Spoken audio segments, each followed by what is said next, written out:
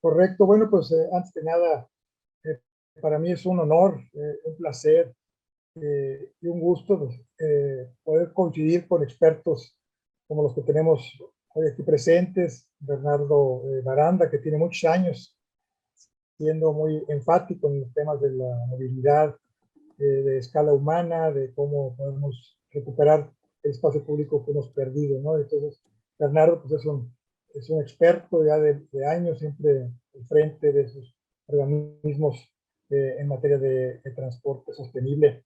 Mario Silva, pues, vaya no se diga, el doctor Mario Silva, todo un ejemplo gestionando lo que hasta hoy en México es el ejemplo más avanzado de una coordinación metropolitana como la de la ciudad de Guadalajara, con el plan de ese estado que pues demuestra que la coordinación que tanto añoramos y tanto deseamos en materia de planeación urbana metropolitana y movilidad, porque finalmente uno de los logros de los últimos años es poder hablar este binomio en conjunto y no como era en el pasado de manera sectorial. Entonces, bueno, pues Mario, también es un honor y un placer tenerte aquí en este foro. Gracias.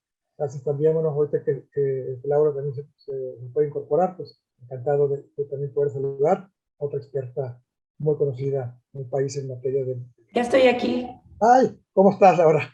También me da muchísimo gusto saludarte y ahora con tu nueva pues apuesta en Monterrey, que nos da mucho gusto de poder contar con alguien que le conoce al tema de la movilidad sostenible, de escala humana en la ciudad y poderla ligar con aspectos de transición urbana tan importantes, ¿no? Que nos lleven a este escalón nuevo que todos deseamos de una ciudad humana, una ciudad próxima.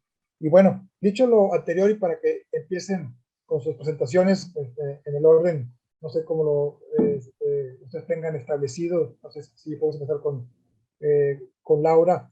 Una pregunta que a mí me llama, bueno, dos preguntas para iniciar y luego ya cada quien puede presentar su ponencia, sería ¿cómo han visto la evolución en la ciudad desde que estamos avanzando con el siglo XX, la pérdida del espacio público a través de esta invasión global de los automóviles, a través de esa industria automotor y la tierra barata en la periferia que crean estas industrias que nos llevaron pues, a la pérdida, realmente de la calidad humana del espacio público, en la búsqueda de cómo humanizarlo y ahora dando este último brinco a una relación urbana que nos permita, como bien decía mi amiga, la senadora Indira Kempis, decía que avanzamos hacia lo que es la posible muerte de la movilidad en términos de que ahora va a ser más importante la proximidad para poder ahora sí aplicar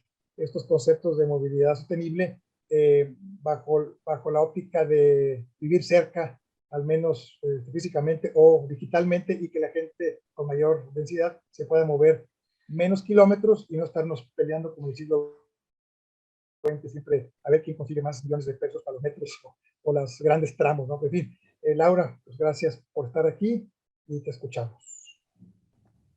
Gracias. ¿Cuántos minutos son de intervención? Tienes hasta 20 minutos, tengo entendido. Ok. Bueno, creo que se escucha un poco de... Ya, perfecto. Bueno, primero muchas gracias por la invitación. Me da mucho gusto poder compartir con ustedes en este congreso, que además pues es uno que ya es parte de la dinámica familiar de las personas que nos dedicamos a la movilidad. Me da muchísimo gusto saludar a mi queridísimo amigo y muy respetado Mario Silva, viendo siempre a la distancia, pero al mismo tiempo con muchísima admiración todo el trabajo que están haciendo en la zona metropolitana de Guadalajara. Mario, eres el culpable que ahora en Monterrey me tengan acá, porque me parece que has demostrado justamente que es implementando cómo se genera, se generan las tesis y se genera además las nuevas conceptualizaciones y se generan los cambios. Y me parece que quienes nos dedicamos a hacer ciudad tenemos que estar haciéndolo ahí donde está la política pública local y la verdad es que estamos muy orgullosos de tu trabajo. Me da mucho gusto también ver a Bernardo, que lo veo un poco más seguido, un poco, porque con estos cambios en Monterrey también la dinámica es compleja. Por supuesto, Gabriel, con toda la admiración que te tengo, muy agradecida de estar haciendo equipo contigo acá en Monterrey y aprenderte, por supuesto, y darte las gracias por recibirme a mí y a mi familia. Y bueno, por supuesto, todas las demás personas que nos acompañan aquí en el panel y en esta conferencia.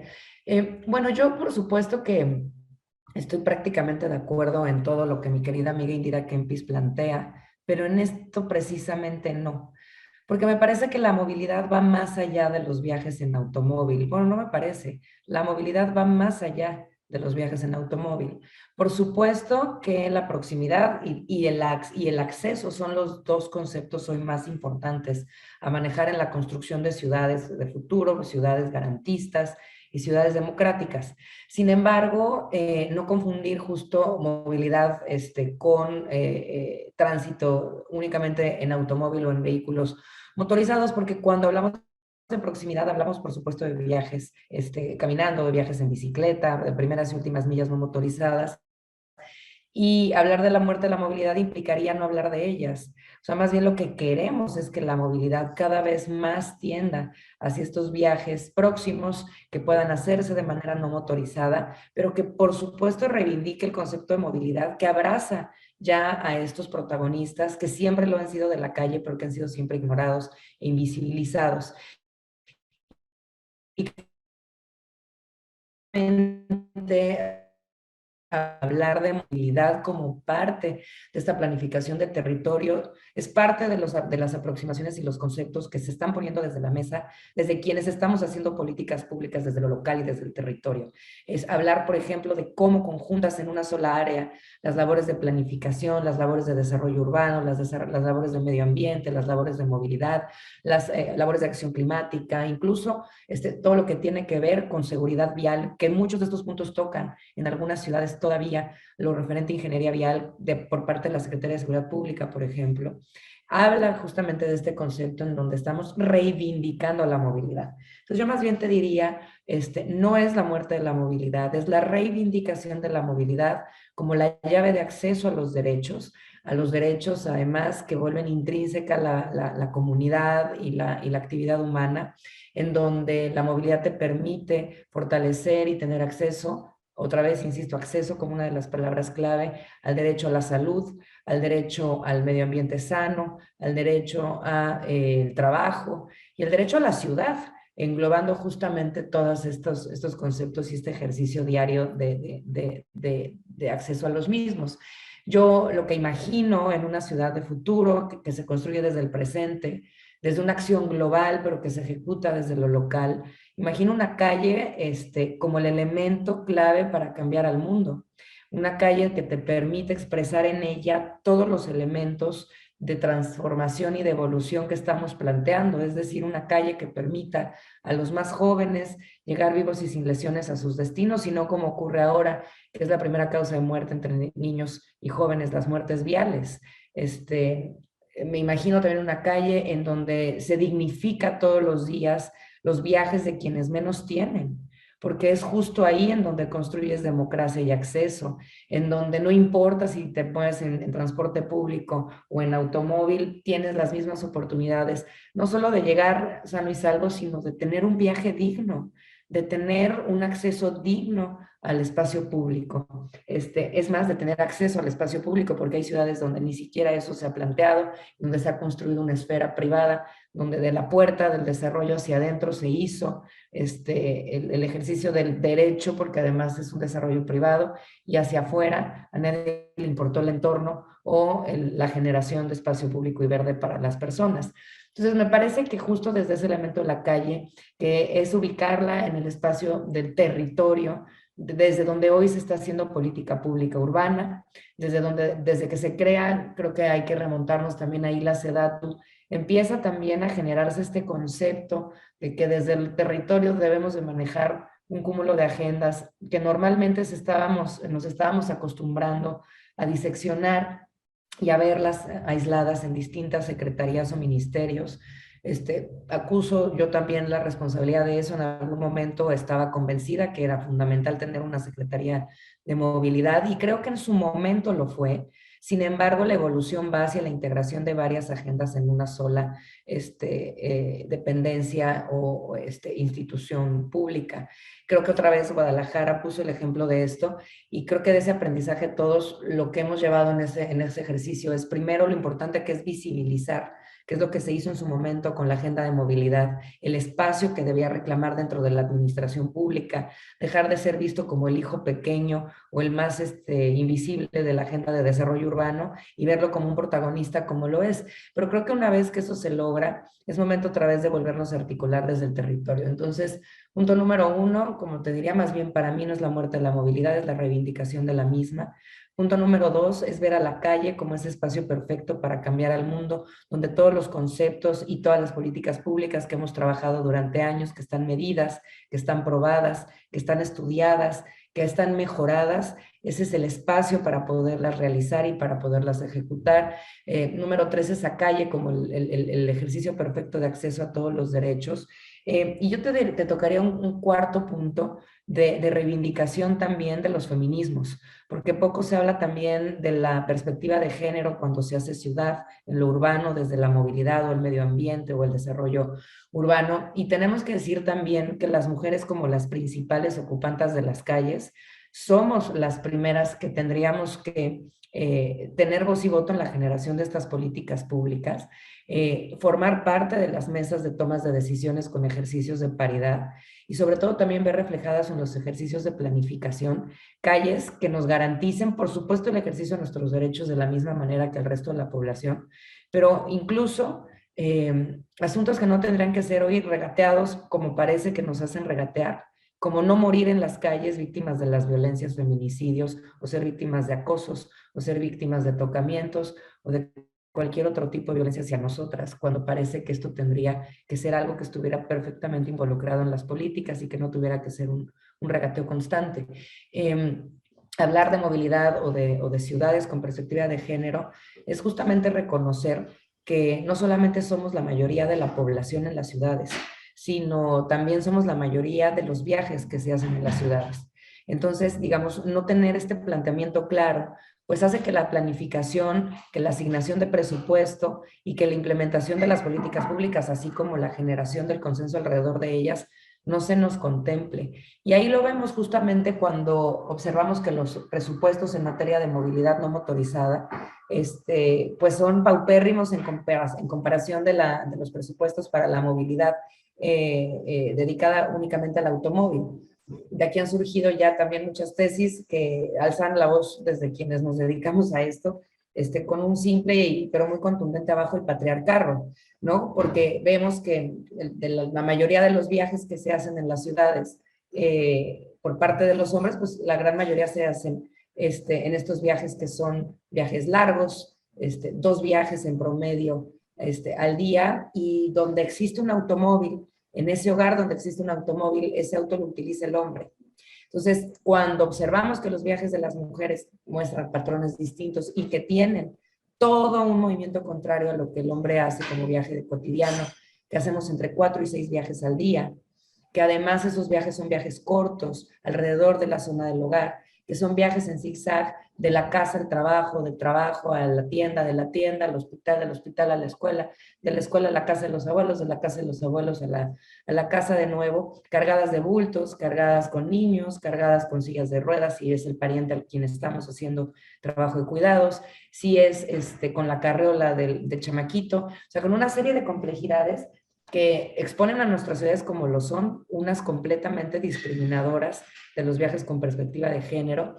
Y si volteamos todavía más claro esos viajes, nos daremos cuenta que el 65% de los viajes que hacemos las ciudades, las mujeres en las ciudades, los hacemos en transporte público y a pie. Es decir, no en automóvil. Así que ese casi 71% de presupuesto federal que se destina a la infraestructura gris se destina para el patriarcado, se destina para el patriarcado y no para las mujeres en este ejercicio básico de movilidad que hacemos, en donde pues las calles tendrían que ser los principales espacios de ejercicios de derechos para nosotras.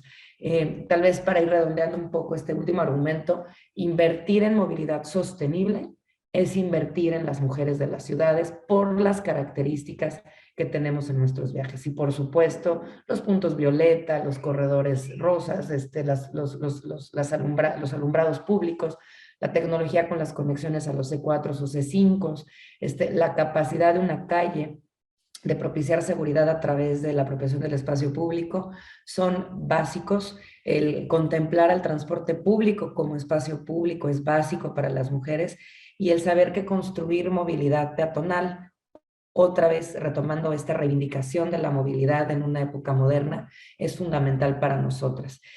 Monterrey sin duda tiene todos estos retos por delante. Monterrey, por supuesto, que tiene el potencial para hacerlo, y creo que se va a vivir un buen momento en los siguientes años con la buena coordinación metropolitana que se tiene, que se hacía mucha falta y que se ha tomado también ejemplo de lo que Jalisco ha logrado con su zona metropolitana de Guadalajara. Se vive también un buen momento con la buena coordinación entre la ciudad capital y el gobierno del estado, inédita, hace muchos años que no se vivía esto. Y se vive un buen momento también en donde tienes a un gobernador y a un presidente municipal de la capital completamente apostados por la movilidad sostenible, es decir, transporte público, y no solo eso, teniéndolo como el centro de sus agendas. Entonces, a mí no me queda la menor duda que ahora lo que nos toca es implementar y hacer lo posible, y creo que de ahí justamente volvemos a esta triple hélice en donde sociedad civil, iniciativa privada, gobierno, somos fundamentales para articular las políticas públicas, que si hay un lugar donde esa triple hélice tiene cabida y experiencia es en Monterrey, y por eso también estamos llamados a no fracasar, no hay espacio para el error.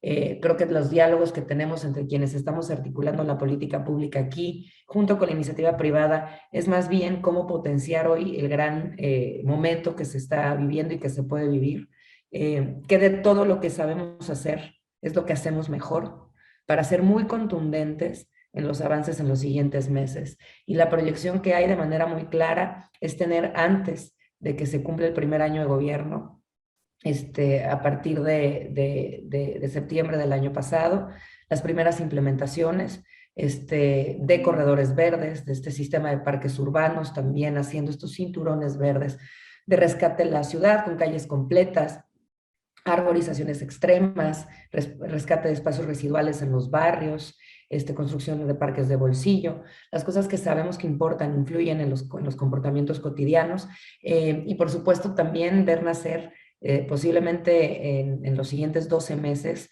la bici pública de Monterrey, la bici reina, que nos va a venir también a reivindicar los viajes de movilidad de la ciudad, de la Sultana del Norte, y poderle brindar a las personas que caminan, porque en Monterrey sí se camina, en Monterrey sí se usa transporte público, más del 45% de la población lo hace, convertirlo en un lugar justamente digno, accesible, pro-garantista, y sobre todo una ciudad que deje de discriminar a sus habitantes. Creo que justamente aquí dejaría por ahora mi reflexión. Uy, me encanta escuchar todo eso, muchas felicidades, y definitivamente es un vuelco hacia una nueva definición, y enhorabuena, y ojalá podamos ver esto, como tú dices, pronto, y gracias, Laura, por tus comentarios. Mario, no sé si quieres tú avanzar con tu experiencia, con esta nueva forma de trabajar entre el gobierno y la sociedad a través de esta ejemplar coordinación metropolitana, que a todos nos da mucho orgullo. Gracias, Gabriel. Pues muy contento yo también de poder compartir este espacio con Laura, con Bernardo, que son gente que quiero, aprecio y con quien he trabajado desde distintas trincheras hace tantos años.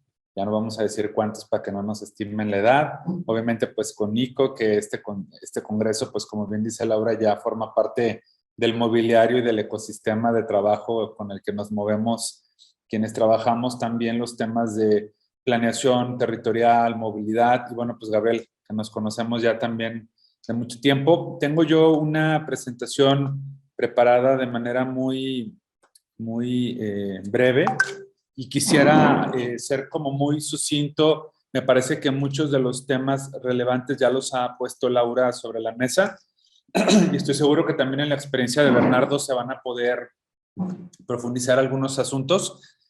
Siempre que tengo poco tiempo en las intervenciones me gusta empezar por la conclusión para que si el tiempo nos come, pues sea esto un poco más productivo. Y para mí la conclusión es que la movilidad como una materia, como una arena de política pública, ha logrado permear otras asignaturas, ha logrado demostrar que es un enfoque que debe integrar derechos, que debe de integrar acciones, no solamente en la agenda de la sustentabilidad, sino también en la agenda de la igualdad, en la agenda de la inclusión, en la agenda del desarrollo económico, y que lo que hemos visto en las ciudades mexicanas es precisamente que el conflicto que ocurre en las calles se va reflejando en el diseño institucional, se va reflejando en la legislación, a propósito de que seguimos con el debate de la Ley General de Seguridad Vial y que hay todavía algunas resistencias para que esta legislación pues sea una realidad, pero más allá de lo que avancemos en papel, en las leyes, en los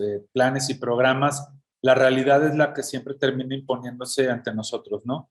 Recuerdo en febrero del 2014, platicando con Onésimo Flores, que también muchas lo conocen, estábamos en Boston y me hablaba de las plataformas como Uber y decía que no tardaban en llegar a México y que iban a generar todo un cambio en el tema, por ejemplo, de los taxis. Y pues yo me acuerdo que en esa ocasión me reía, le decía, no, hombre, ¿cómo crees que en México este asunto va a tener un impacto? Y hoy gran parte de los viajes que nosotros estamos contabilizando en nuestro último estudio Origen-Destino, pues tienen relación con este tipo de servicios, y este tipo de servicios vino a cuestionar ya no solo nuevas modalidades, sino también otras agendas como el asunto de la seguridad de las personas, particularmente de las mujeres, al tomar este tipo de servicios o de transportes.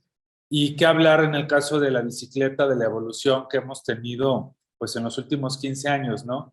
Discusiones que estaban centradas en si la bicicleta sí, la bicicleta no, ahora a hablar de tipos, tipologías de diseño de barras segregadoras para que tengamos infraestructura ciclista óptima, ¿no? Entonces hay un salto cualitativo, es un debate que se va actualizando y sin duda alguna tener esquemas de coordinación en general, yo no diría solo metropolitana entre pares municipales, sino intergubernamental entre los 3 niveles de gobierno, con la sociedad civil, con el sector académico, con el sector privado, con los medios de comunicación, pues es fundamental para alcanzar la implementación, que me parece que es en lo que estamos atorándonos en muchos lugares del país, ¿no? El reto enorme es cómo implementamos. Y en ese sentido, pues las metrópolis tienen una doble jornada por cubrir, porque si seguimos pensando que en los territorios y también en las regiones, porque creo que este enfoque aplica también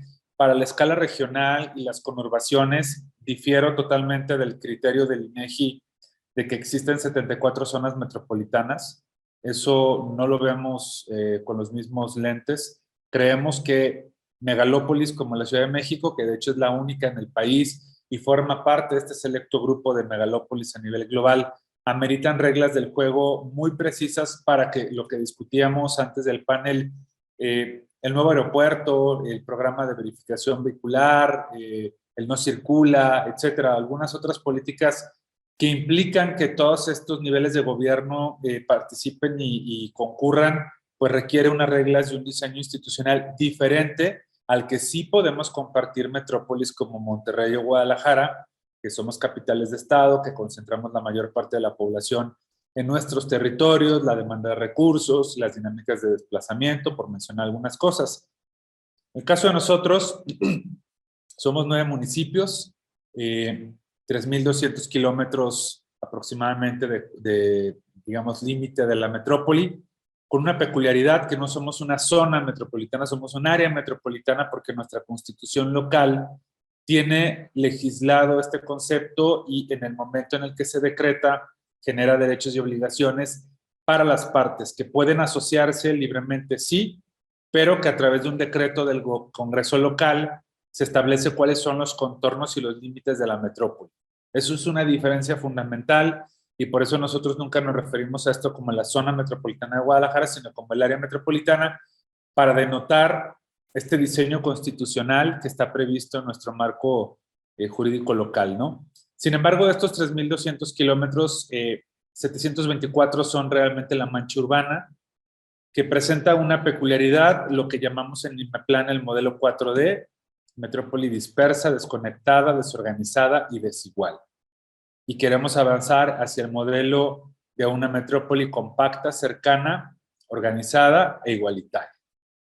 5.200.000 habitantes, y más allá de las cifras, lo relevante es las dinámicas que ocurren dentro de estos territorios y fuera de estos territorios, porque muchos de nuestros municipios metropolitanos tienen dinámicas regionales conectándose con otros territorios, por ejemplo, Zapotlanejo, que es la puerta a los Altos de Jalisco.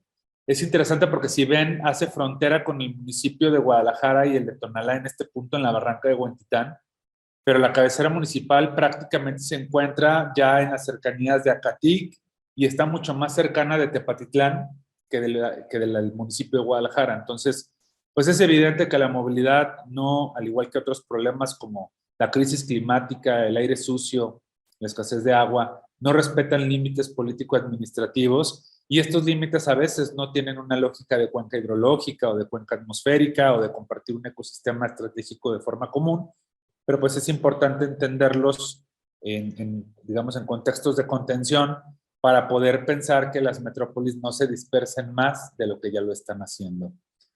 Nosotros generamos un estudio origen-destino muy peculiar porque lo levantamos en plenas restricciones del COVID y nos arrojó datos muy, muy irregulares, muy atípicos. Por esa razón, en este 2022 vamos a levantar una encuesta complementaria. Hicimos algunas regresiones y proyecciones al respecto. Estamos hablando de poco más de 12 millones de desplazamientos al día, de los cuales el 55% lo realizan mujeres. Y esto creo que, como bien decía Laura hace un momento, nos hace un planteamiento diferente. Se ha discutido y se ha planteado cómo nos movemos las personas dependiendo de su identidad de género, dependiendo de los roles que se nos asignan, dependiendo de la movilidad de cuidados en la que nos podemos ver involucrados. Obviamente las mujeres tienen mayores responsabilidades y mayor complejidad en esta parte. Nuestro estudio refleja parte de esas complejidades. También tomamos información de los tiempos promedio de viaje. De nuevo, pues en medio del COVID, este tiempo promedio no me parece pues como el más adecuado. Vamos a hacer ese levantamiento de nueva cuenta. Y también por modo de transporte, pues va a ser muy diferente cómo nos desplacemos. Si bien el área metropolitana de Guadalajara ha construido desde el 2006, que se ha empezado con un movimiento social fuerte en torno al uso de la bicicleta, más de 210 kilómetros de infraestructura ciclista segregada, que se tiene el sistema de bicicleta pública, que tiene registrados más de 110,000 usuarios que generan más de cerca de 40,000, viajes al mes. Pues es difícil todavía decir que los modos, en términos de su eficiencia y reducción de tiempos de desplazamiento, pues están a la par. Y creo que incluso es injusto o impreciso hacer un planteamiento de esa naturaleza. Aquí podemos ver algunas, digamos, formas en las que nos movemos porcentualmente. El transporte público sigue afortunadamente siendo una opción para las personas.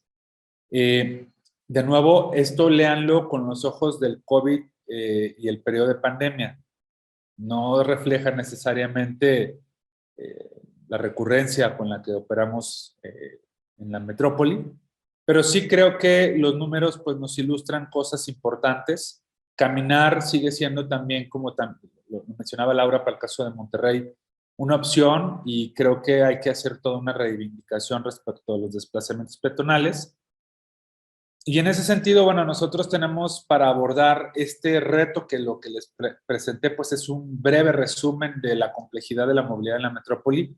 Nosotros como IMEPLAN tenemos la competencia de la planeación del transporte público y de ciertas dinámicas de la movilidad.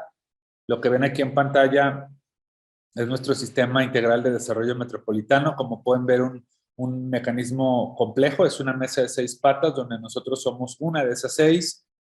Está la Junta de Coordinación Metropolitana, el Consejo Ciudadano Metropolitano, las agencias, que tenemos una en específico, de infraestructura de movilidad, las mesas de gestión y obviamente pues nuestro consejo consultivo para llevar a consulta pública los instrumentos. Por otro lado, tenemos instrumentos de planeación y gestión del desarrollo que pueden ver aquí. No me voy a detener mucho en esta parte. Nosotros en el IMEPLAN nos dedicamos básicamente a 3 grandes cosas. Planeamos el territorio, los usos de suelo, las dinámicas de movilidad y los riesgos. Esa es la triada con la que nosotros trabajamos, y en particular cuando hablamos de instrumentos, podemos decir que al día de hoy el IMEPLAN puede entregar cuentas satisfactorias porque tiene un plan de ordenamiento territorial metropolitano con un enfoque de desarrollo orientado al transporte vigente, que ha observado 1,700 aspectos de 121 instrumentos municipales. Tenemos un programa de desarrollo metropolitano como un elemento rector de política pública, donde la movilidad y la acción climática son una prioridad. Tenemos el Plan Integral de Movilidad Urbana Sustentable, que estamos por entregar a finales de este año con apoyo de la Unión Europea, actualizando el que se tenía con anterioridad. Entregamos ya el Atlas Metropolitano de Riesgos, donde en particular los riesgos de inundación cuestionan severamente la posibilidad de los desplazamientos metropolitanos en el temporal de lluvias en ciertas comunidades. Es una herramienta fundamental para tomar decisiones de infraestructura. El Plan de Acción Climática Metropolitano, único en su tipo, que recibió este reconocimiento en noviembre por parte de las Naciones Unidas. Y luego tenemos otras herramientas que son más de gestión, como el Banco de Proyectos y nuestro dictamen de impacto metropolitano. Como no podíamos esperar a tener el PIMUS actualizado, entregamos una versión intermedia que le llamamos Estrategia Metropolitana de Movilidad Emergente, con el objetivo de alinear los planes municipales de desarrollo y que pudiera tener referencias informativas en ese sentido. La M estará, espero, en diciembre de este año. El POTMET tiene criterios DOT de urbanización, buscando generar incentivos a la vivienda, eliminación de cajones de estacionamiento y atracción de verticalidad en los corredores de transporte masivo. La red se ha logrado extender y también nosotros hemos incluido a los corredores troncales del transporte público convencional, que es lo que ustedes pueden ver aquí en pantalla. Hemos conectado con cobertura en papel, que esto no significa que esta cobertura esté, digamos, operativa, aumentando un 32% de la cobertura. Pueden ver aquí en pantalla cómo tenemos centralidades satelitales en toda esta franja que tiene estrellitas, pues es donde se extendió el desarrollo urbano disperso y pues la necesidad de transporte público es muy importante.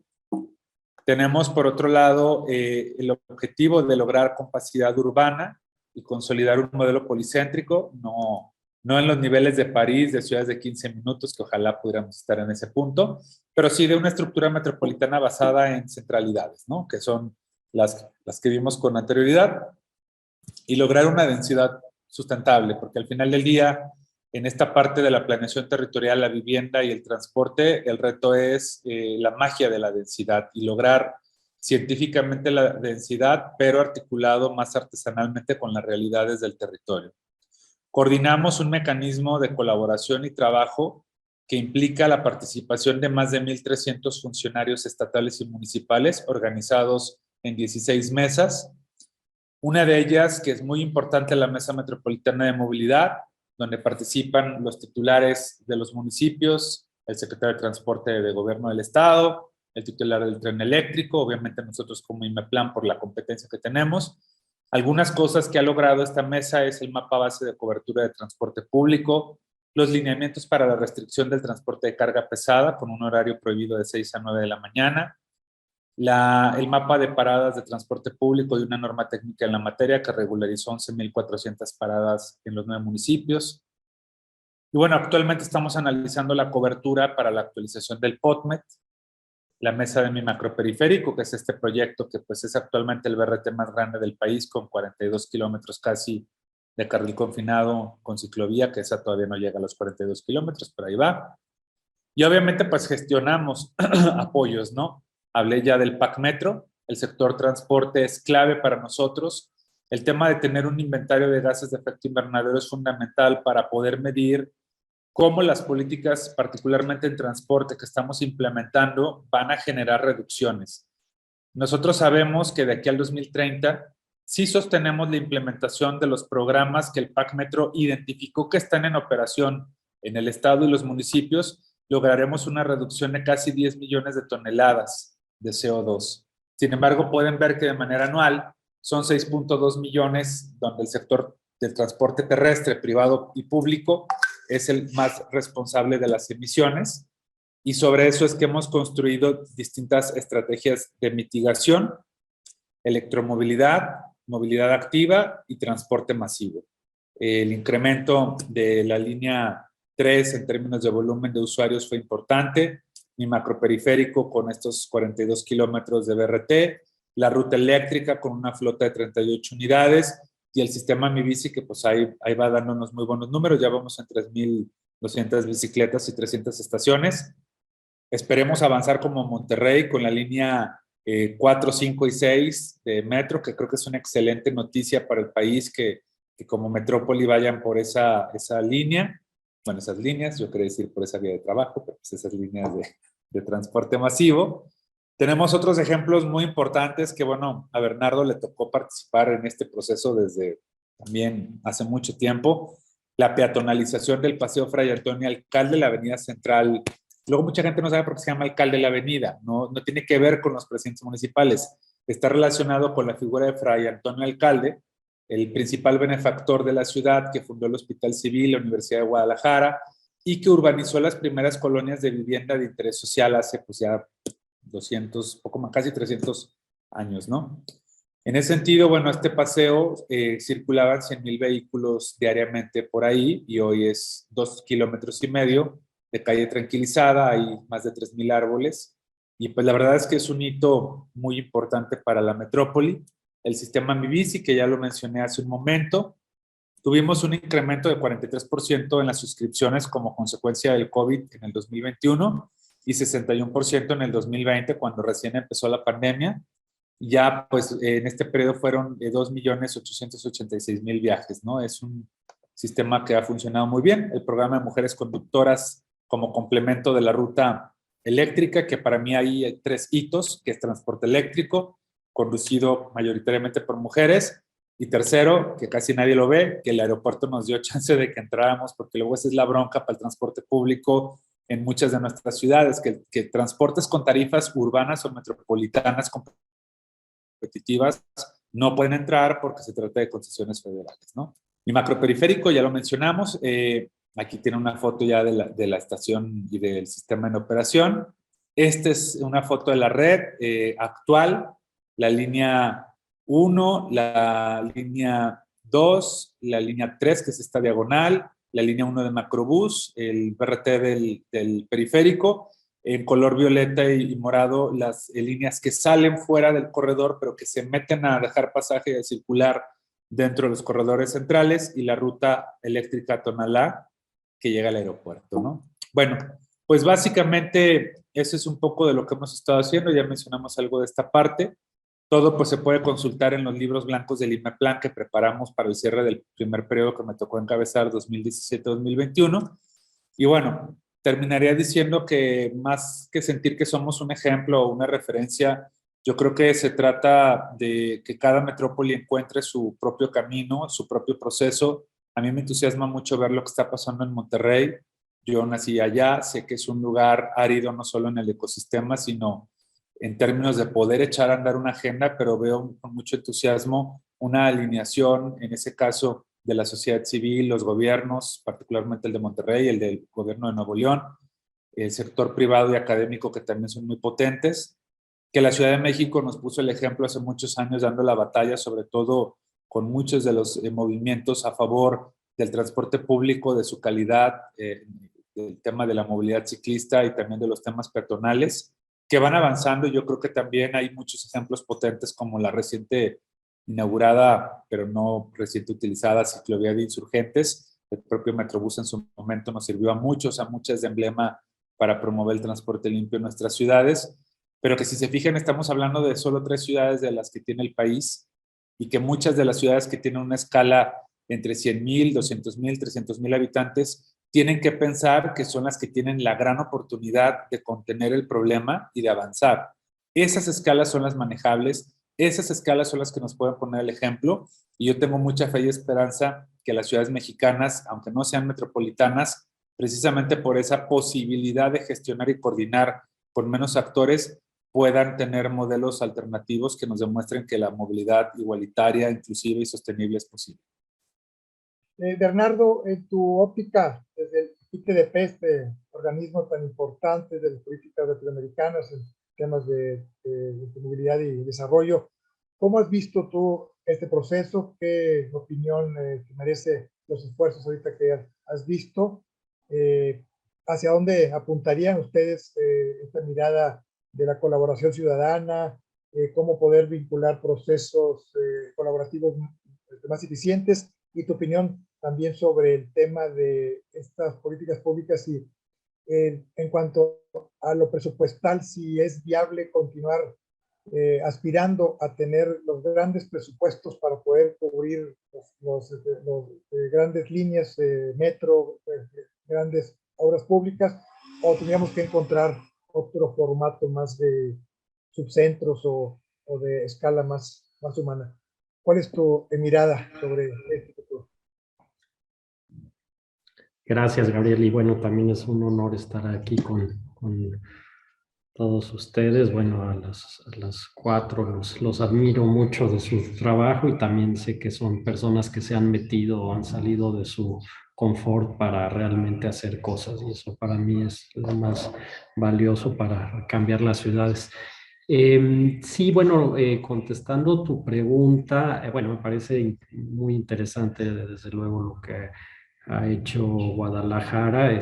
También creo que Mario está haciendo, para variar, modesto, pero es impresionante lo que se ha hecho en los últimos años ahí y creo que ya están sentadas las bases también institucionalmente para seguir, que también eso es un poco lo que hablábamos al principio, ¿no? La importancia. Y bueno, y ahora Monterrey también está en un momento muy interesante en la cual creo que hay que aprovechar estas oportunidades a pesar de tus inercias de hace mucho tiempo también de que ya sabemos, ¿no? De priorizar mucho las ciudades, el uso del automóvil, la expansión y demás.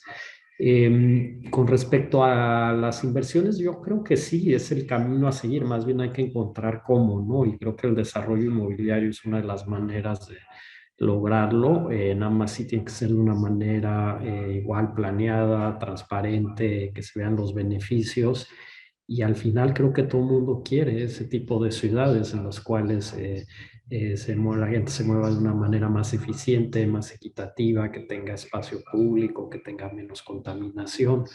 O sea, yo creo que eso sigue siendo y seguirá siendo, espero, muy válido, pero bueno, pues hay que al final ponernos de acuerdo e involucrar a todas las personas, ¿no? Que tengan algo que aportar y que se vean afectadas por esto. Entonces, si quieren, yo también tengo una presentación y voy rápidamente. Entonces, bueno, yo lo que quería un poco, traer a la mesa es, digo que no, ciertamente no es un concepto nuevo ni mucho menos, pero es como el tema de la accesibilidad, ¿no? Finalmente, creo que donde se juntan la movilidad y la planeación urbana es en la accesibilidad y creo que más que aumentar la movilidad debemos de aumentar la accesibilidad. Entonces, ¿ahora qué quiere decir? Bueno, pues básicamente que haya mayor coordinación entre la forma urbana, el uso del suelo y la movilidad, ¿no? Algunos elementos que son muy importantes es ver qué tipo de sistemas de transporte tenemos, los usos de suelo, pero también reconocer que la población pues, tiene una serie de características personales, como ya también se ha hablado, desde las necesidades de la perspectiva de género es muy diferente a lo que hemos diseñado. Obviamente componentes también que tienen que ver con ingreso, con edad, etcétera, ¿no? Entonces, bueno, ahí voy a presentar algunas ideas. Todo esto viene también de literatura de algunos autores que, bueno, dicen que, por ejemplo, el valor fundamental de la vida urbana es un nivel alto de acceso, ¿no? Entonces, ¿qué quiere decir? Pues a poder acceder a las oportunidades que otorga la ciudad, ya sea de empleo, de recreativas, de laborales, en fin, ¿no? Todo lo que puede generar una concentración, que al final de eso se trata las ciudades, ¿no? Es un intercambio, ya sea comercial o de otro tipo. Y luego, bueno, el potencial que traen las empresas para acceder a estos consumidores o los socios o los mismos insumos, ¿no? Es lo que realmente muchas veces estas fuerzas económicas son las que acaban dictaminando el desarrollo de la ciudad, y creo que el reto es ver cómo las podemos alinear para que sean en beneficio de todas.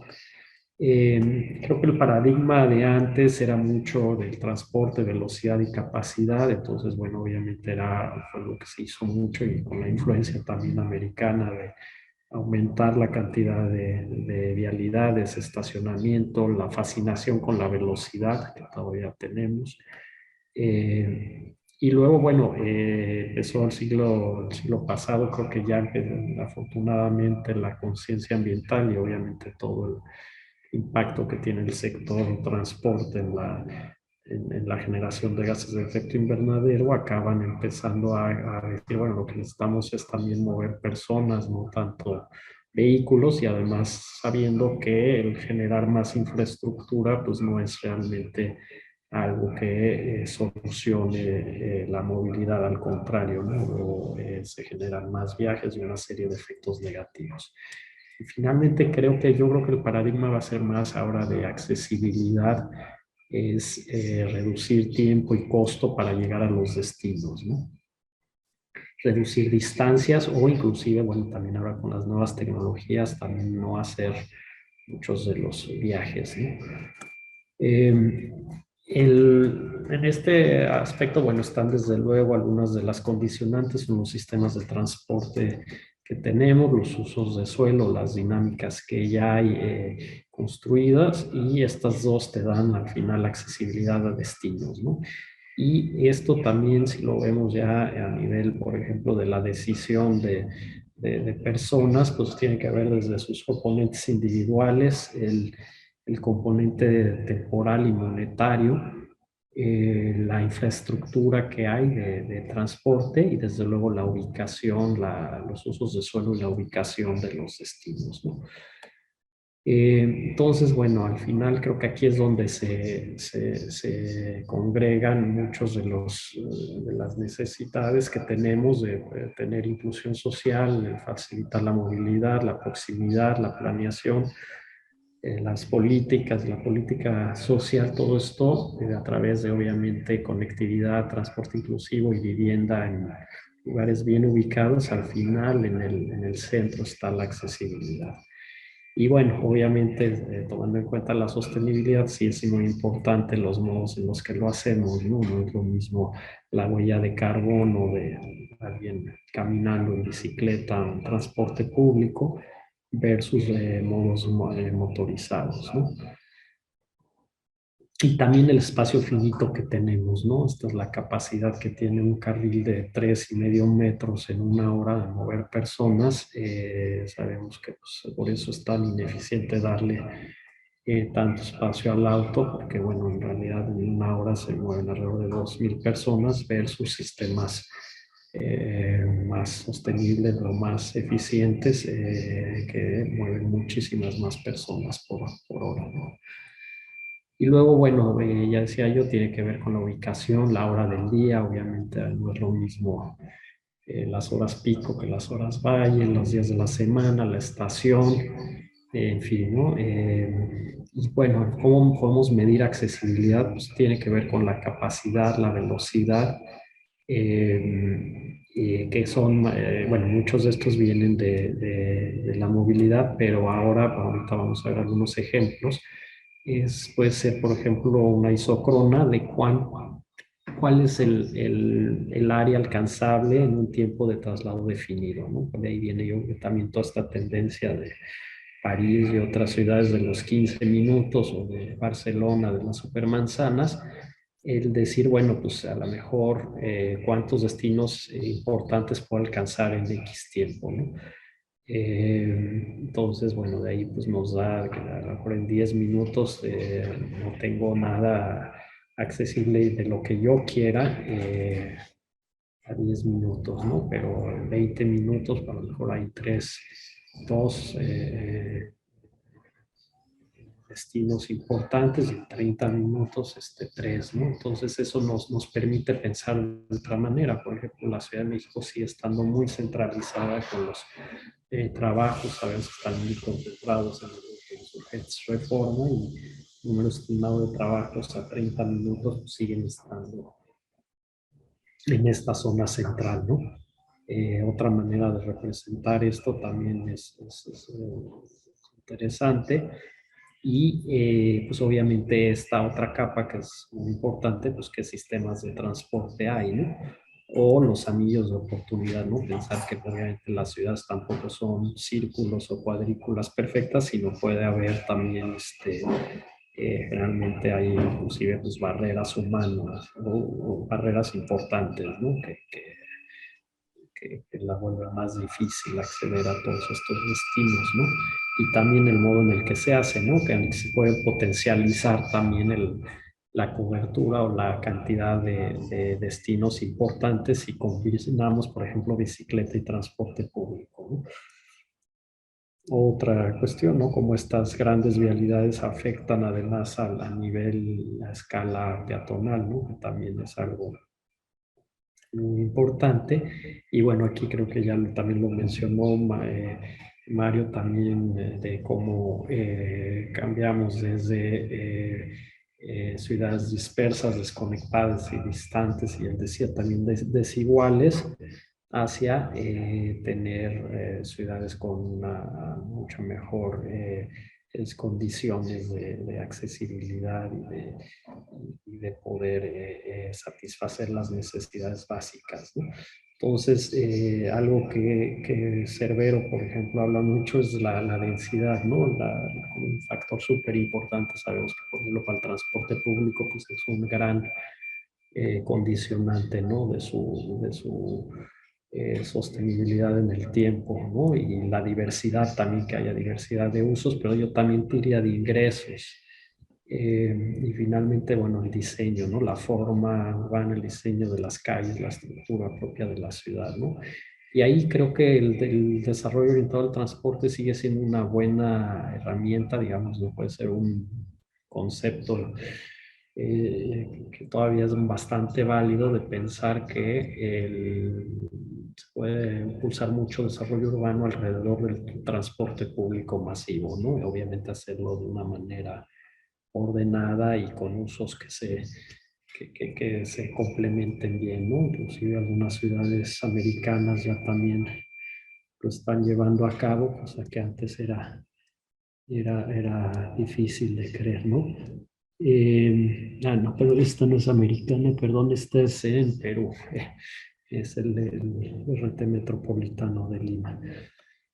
Y sabemos que hay una relación entre densidad y números de uso de automóvil. Entre menor densidad, pues se requiere generalmente usar más el automóvil, ¿no? Como es el caso de ciudades muy, muy extensas, como pueden ser las ciudades americanas, mientras que el modelo creo que un poco más viejo de ciudades más con una traza colonial o anterior, pues antes del automóvil generan o dan las condiciones para que se puedan hacer menos viajes en auto y más a pie, en bicicleta, transporte público.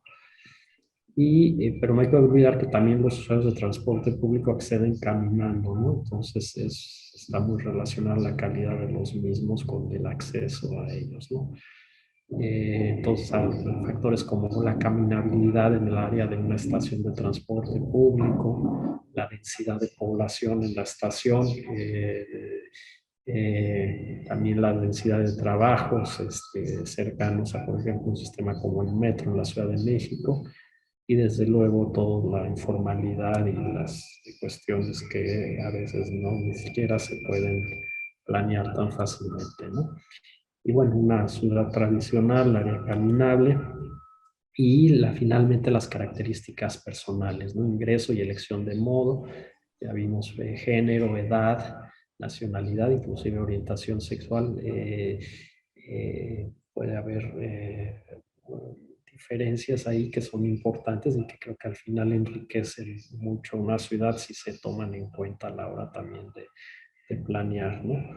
Y otras cuestiones como tolerancia al riesgo, la compensación al riesgo, ¿no? Finalmente, bueno, las restricciones temporales y naturales tienen que ver con las necesidades de coordinación, que son elementos que definen al final nuestro nivel de accesibilidad, ¿no?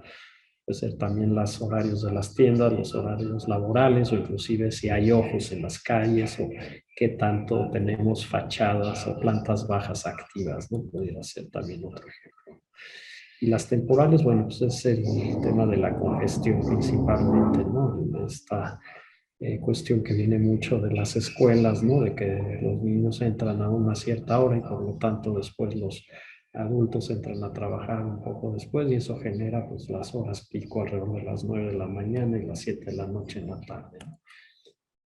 Y bueno, ya finalmente algunos ejemplos de este visualizador de accesibilidad que estamos desarrollando en el ITDP son, por ejemplo, en 15 minutos a pie alrededor de Reforma, pues allá hay una gran concentración de empleos, ¿no? Si lo ampliamos a 30 minutos, pues son más de 250,000, ¿no? 45, más de 502,000, ¿no? Transporte público, pues nos amplía todavía más el espectro. Y a 45 minutos pues ya es considerable, ¿no? Son más de 1.615.000 empleos, ¿no? Aunque en cambio si nos vamos a Santa Fe, pues 15 minutos a pie apenas te dan estos números de empleos, además de que son en condiciones bastante deplorables. A 30 minutos con más de 40,000 y 45 menos de 60,000, ¿no? Transporte público, bueno, aunque se amplía el área, finalmente acaban siendo tampoco son tantos en comparación a un lugar mucho más céntrico, ¿no? Y en la colonia San Rafael y al norte, en el Estado de México, pues es muy, muy poco la cantidad de empleos que hay, ¿no? Y el transporte público ayuda, pero hace que también sea muy enfocado alrededor, por ejemplo, de las estaciones, en este caso del tren suburbano. Y bueno, con eso termino la presentación. Gracias.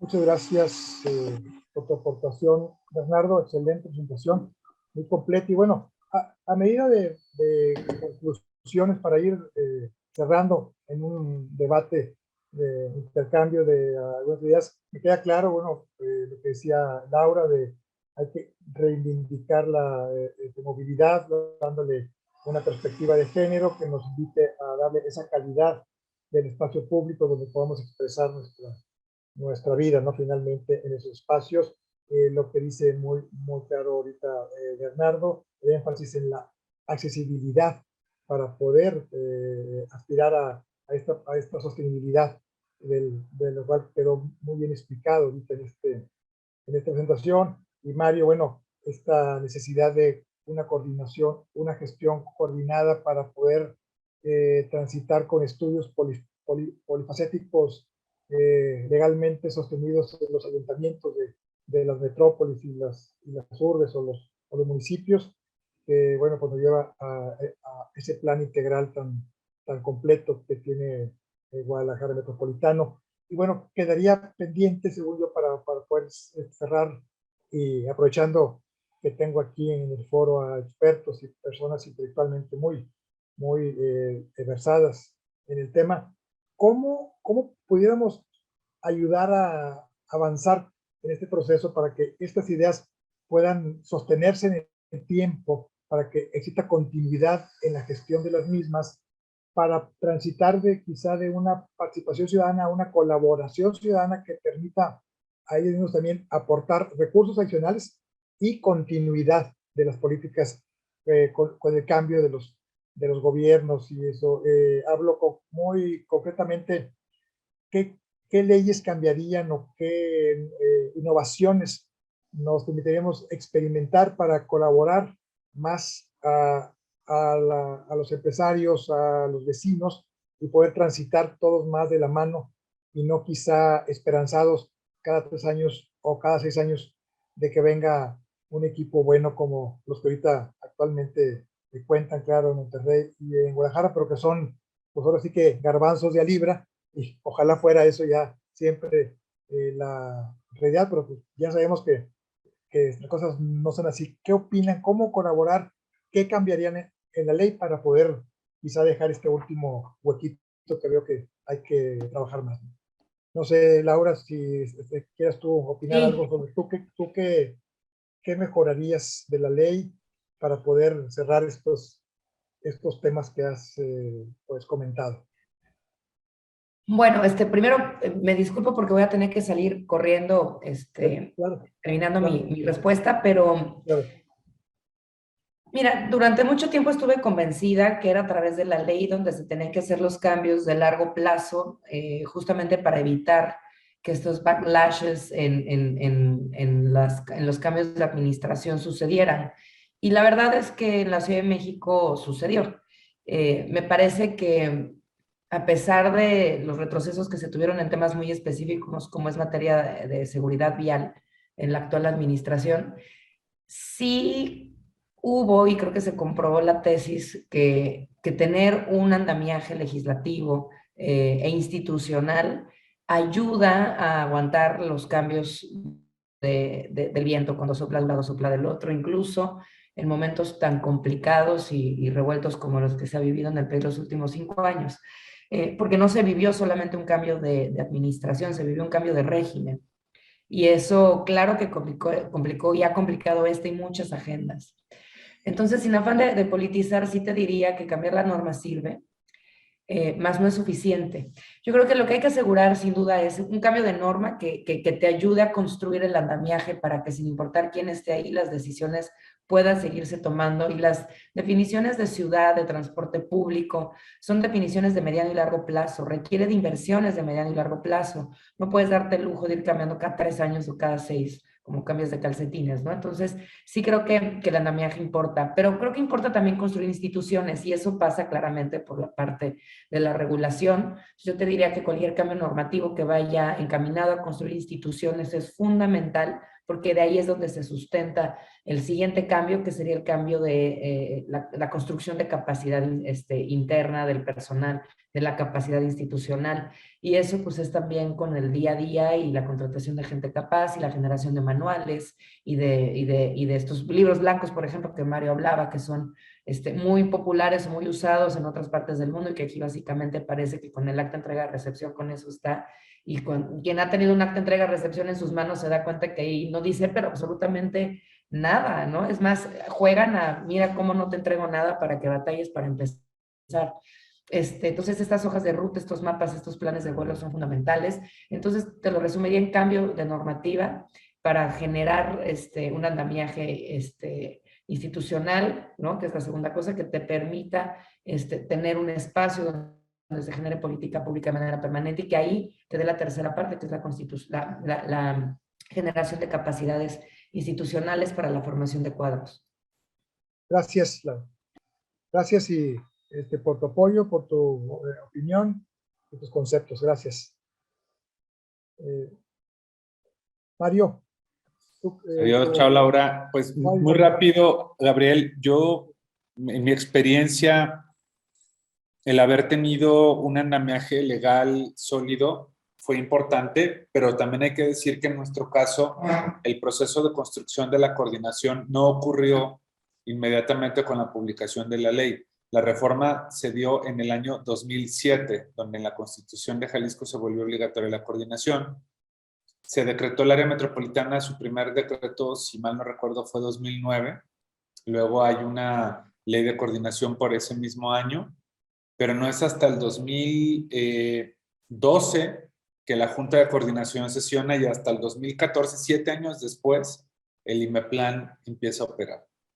Entonces yo creo que hay una combinación de voluntad política, presión social, área de oportunidad de integrar agendas y voluntades y ayuda mucho el marco legal. Actualmente está discutiéndose en el Senado una reforma constitucional que nos tocó apoyar con el senador Alberto Galarza, alias El Rojo, de aquí de Jalisco, que fundamentalmente se inspiraba en el caso Jalisco para modificar el artículo 115 y establecer que es obligación de los municipios que forman parte de una metrópoli coordinarse.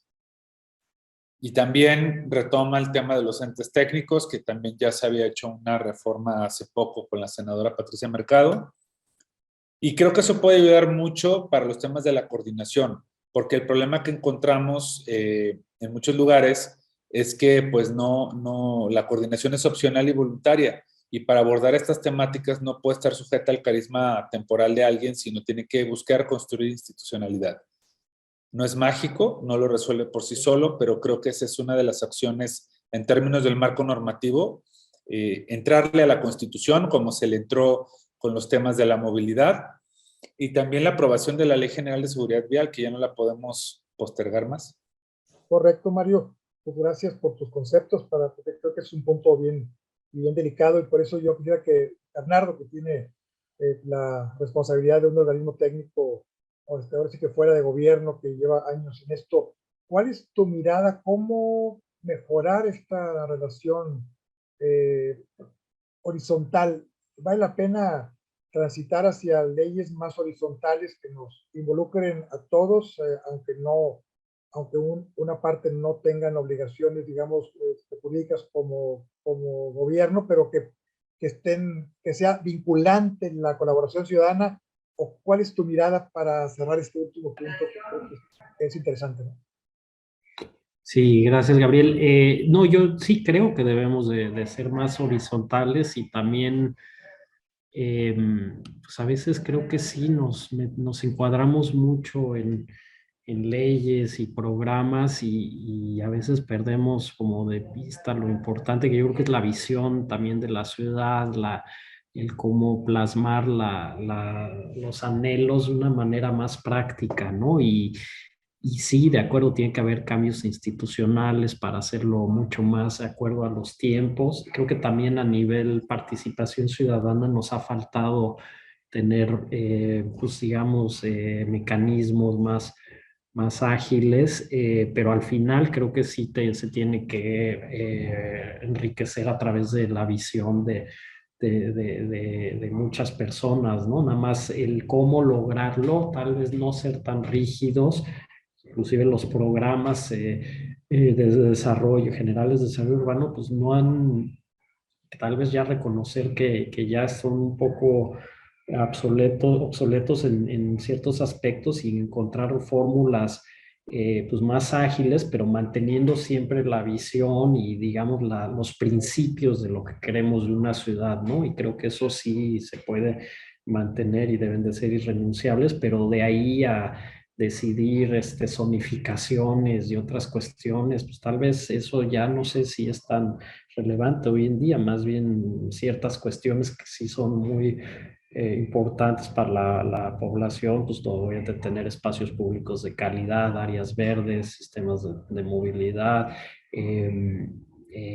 espacio público gratuito, o sea, todo eso creo que al final acá siendo más importante y bueno, y sí, quiero creer que hacia eso vamos, pero todavía necesitamos depurar mucho los mecanismos y también la manera de hacer ciudad, ¿no? Y hacerla mucho más abierta, extrovertida, también que no se vea un tabú que también los desarrolladores son siempre los malos o viceversa, el gobierno, o sea, tener como que al final pues, puntos de encuentro, ¿no? Sí. Muy bien, Bernardo, pues yo creo que ese es uno de los retos. Bueno, me queda claro que en este foro las conclusiones bien pudieran estar ligadas, como ya lo acabo yo de decir, hay que reivindicar el tema de la movilidad hacia una movilidad de una perspectiva de género que permita volver el, la intención original del espacio público, donde uno puede ser persona, ser humano, con una mirada hacia la accesibilidad, como bien lo comentaba Bernardo, con todas sus facetas, y como también lo expresaba Mario, con esta visión, ahora sí, institucional, metropolitana, con este reto de tener que vincular a todos los actores, a todos los municipios, en este cruce de responsabilidades que nos ponen este ejemplo de Jalisco, de cómo se puede lograr así un plan integral con conciencia, con mucha, pues sí, con estudios polifacéticos que nos permitan tomar decisiones muy profesionales y muy certeras, como el plan parece que así lo marca en el caso de Guadalajara. Y además esta última variable, el reto de la colaboración ciudadana, cómo tejernos horizontalmente para la permanencia en el tiempo, cómo tejernos horizontalmente para tener una viabilidad también financiera, en donde probablemente la autoridad se deba de concentrar más en lo estratégico y soltar algunos hilos para que la propia comunidad también juegue un poco y poder relajar ese artículo 80 que en mi experiencia muy personal, el artículo 80 de la Constitución creo que es uno de los artículos que más daño le hace a las comunidades el concentrar el poder por lo que esto implica. Pero pues bueno, muchas gracias a todos, me pareció excelente sus aportaciones y pues, estamos pendientes. Gracias Mario, Bernardo y Nicolás, ahí estamos.